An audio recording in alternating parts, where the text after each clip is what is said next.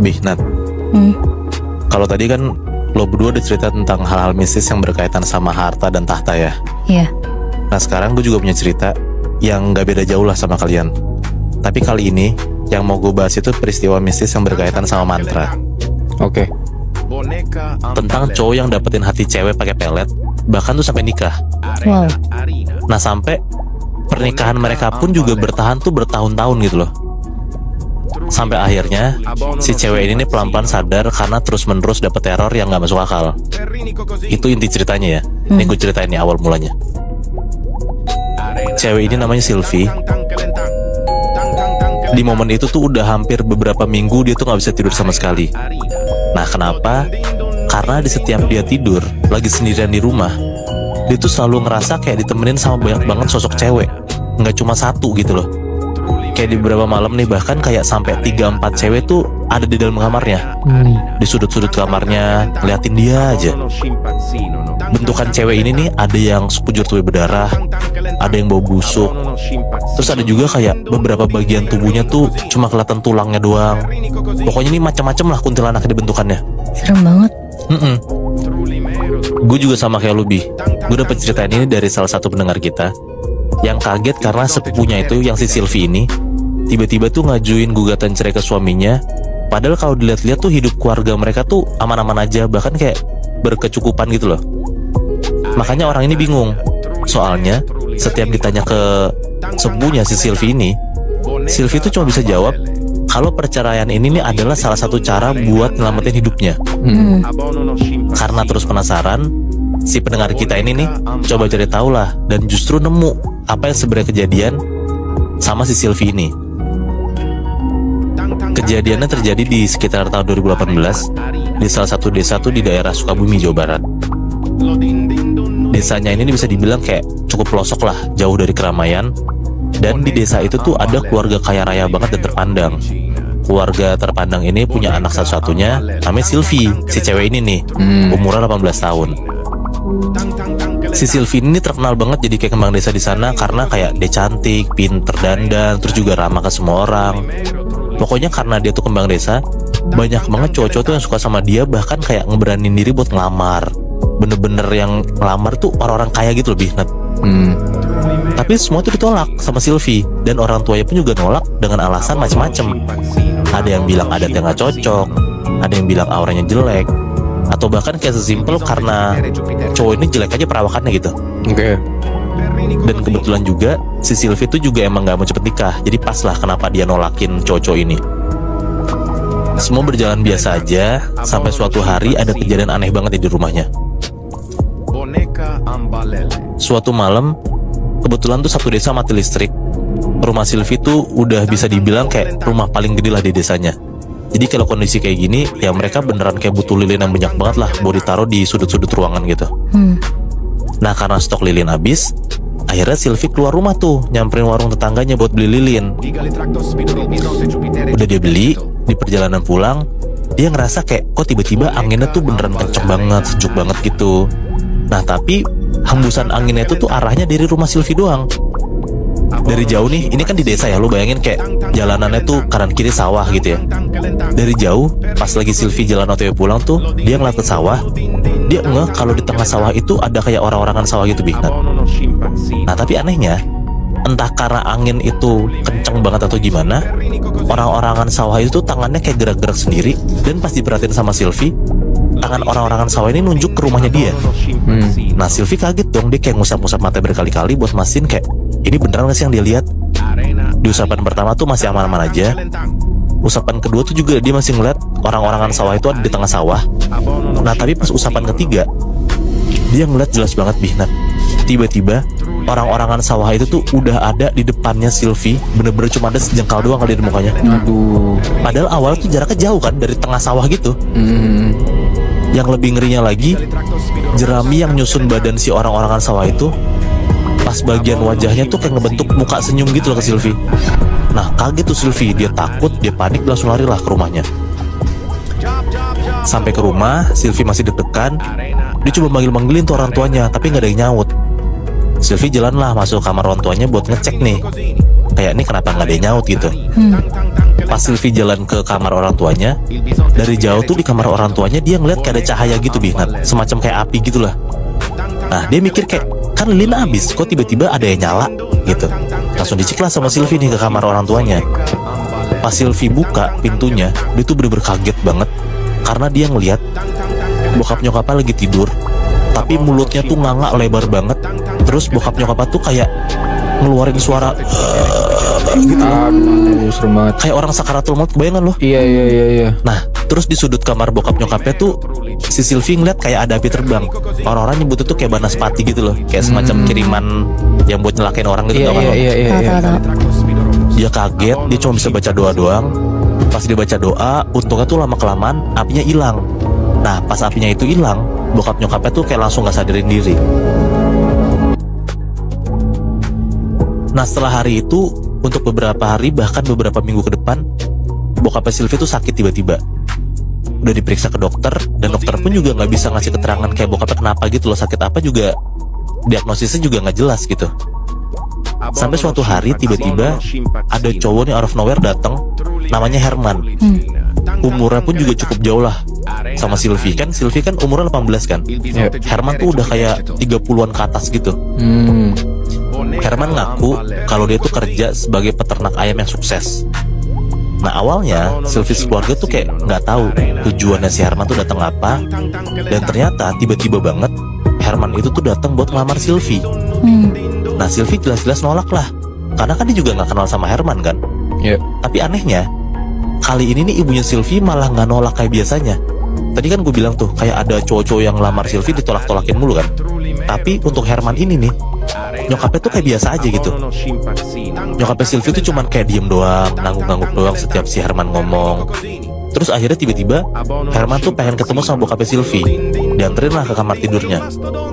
Si Herman masuk kamar tidurnya, dia duduk di pinggir kasur, terus dia bilang kayak gini ke bokapnya Sylvie ya, umur bapak udah gak lama lagi, kasihan kalau gak ada sosok laki yang jaga keluarga ini. Nah, bingung banget kayak tiba-tiba kenapa sih orang asing ngomong kayak gitu, maksudnya apa kan? Tapi ternyata bener Nat, gak gitu lama bokapnya Sylvie tuh beneran meninggal. Nah anehnya gak sakit, gak kenapa-napa. Meninggalnya tuh juga tiba-tiba kayak ada beberapa luka bakar di badannya. Terus lidahnya tuh kayak ngejulur panjang banget. Pokoknya kayak gak normal gitu lah meninggalnya si bokapnya Sylvie ini. Nah Sylvie tuh yakin kayaknya kejadian bokap yang meninggal ini nih ada hubungannya sama sosok api banaspati malam itu. Belum ada 40 hari dari bokapnya Sylvie meninggal, Herman tuh jadi makin rutin tuh datang ke rumah Sylvie.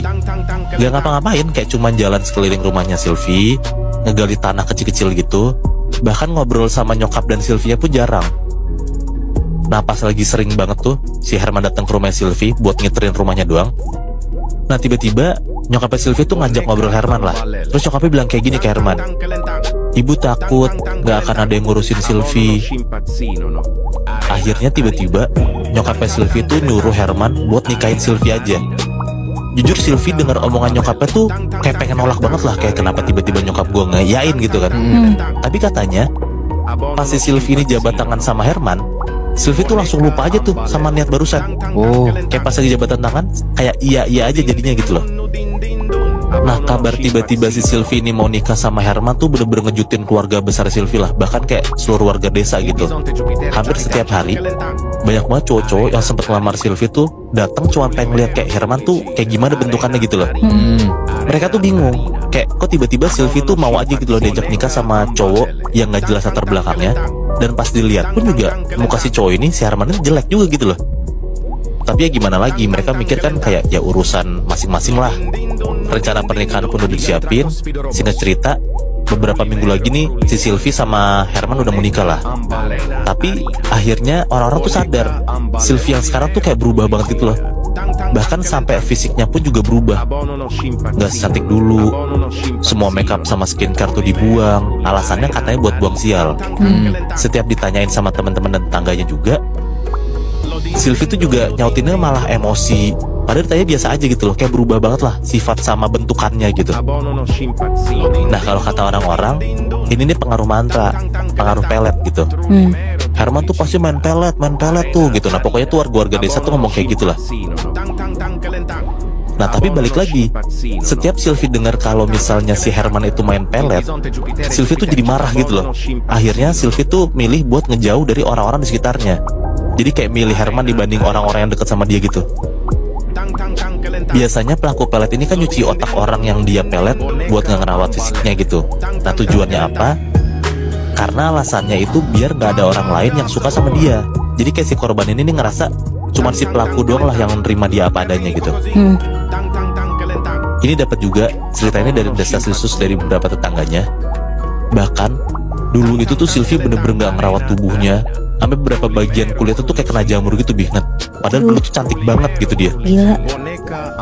Nah yang bikin ngeri juga, beberapa tetangga tuh yang sempat datang ke rumah Sylvie dan deket sama Sylvie, pas mereka pulang, mereka tuh jadi kayak ketularan merah-merah gitu di sekujur badannya. Pas coba ganti baju, ternyata mereka tuh ngeliat ada kayak bagian kulit-kulit yang berjamur gitu, dan itu tuh kulitnya Sylvie nempel ke mereka gitu. Wow. Terus ada kejadian juga orang-orang yang kena merah-merah gitu ya di sekujur badannya ini. Kayak mereka tuh sering banget ngalamin tengah malam ada yang ngetuk pintu rumah dia. Terus kayak barang-barang di rumah dia tuh geser sendiri. Bahkan sampai ada yang ngebuka jendela mereka. Pas dicek juga ternyata mereka tuh ngeliat dari jauh kayak ada sosok cewek gelap, tangannya tuh ngelambai-lambai ke mereka. Pas mereka perhatiin dengan jelas, sosok cewek ini tuh fisiknya kayak Sylvie. Nah setiap hari, hampir setiap malam Bihnat, orang-orang ini ngelihat kayak tengah malam ada Sylvie gitu kayak gitu. Nah puncaknya itu, jadi kayak kalau misalnya ada pernikahan di desa itu kan biasanya beberapa hari sebelumnya tuan rumah tuh bakalan kayak ngasih hajatan gitulah, kayak ngasih makan gitu ke seluruh warga. Ada satu warga yang emang selama ini sering banget dimintain tolong sama keluarga Sylvie buat ngapain gitulah apapun itu. Namanya Tony. Tony itu ditugasin buat nganter hajatan ke seluruh warga desa. Nah biasanya rumah Sylvie tuh jadi kayak rumahnya Tony juga, karena udah sering dia mintain tolong, jadi kayak masuk-masuk aja, keluar-keluar aja gitu. Tapi kali ini semua kebutuhannya tuh bener-bener udah disiapin di depan rumahnya Sylvie. Jadi Tony tuh bener-bener gak boleh masuk sama sekali ke dalam rumahnya. Aneh sih menurut Tony, cuman dia mikir kayak ya udah aja lah gitu. Cuman Tony tuh sempat ngeliat dari celah-celah jendela yang arah ke ruang makannya si rumahnya Sylvie ya. Di sana tuh dia ngeliat kayak Sylvie tuh lagi duduk terus makan lahap banget tuh. Nah pas Tony ngeliat dengan jelas, Sylvie tuh ternyata lagi makan bunga melati Bihnat. Kaget banget lah Tony kan. Terus tiba-tiba pas Tony lagi kaget gitu, Sylvie tuh langsung kayak ngelempar tatapannya tuh ke arah Tony. Panik lah Tony, berarti dia ketahuan kan lagi ngintipin kan.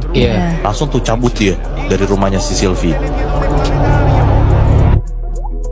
Nah hari itu udah malam, Tony udah beresin semua urusan yang harus dia kasih ke warga-warga tuh, makanan-makanan buat nikahan si Sylvie sama Herman. Pulanglah Tony ke rumahnya. Nah seharian tuh Tony tuh nggak bisa makan karena dia lagi sibuk. Nah dia kan juga dapat tuh hajatan dari Sylvie kan, makanan gitu.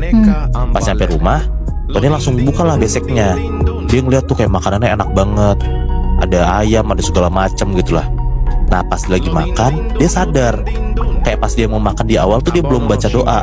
Nah mumpung dia inget, yaudahlah dia baca doa dulu, baru lanjut tuh makan lagi. Tapi anehnya Bihnat, abis baca doa, dia tuh ngeliat makanannya tuh kayak udah berubah gitu loh, dan rasanya nggak enak.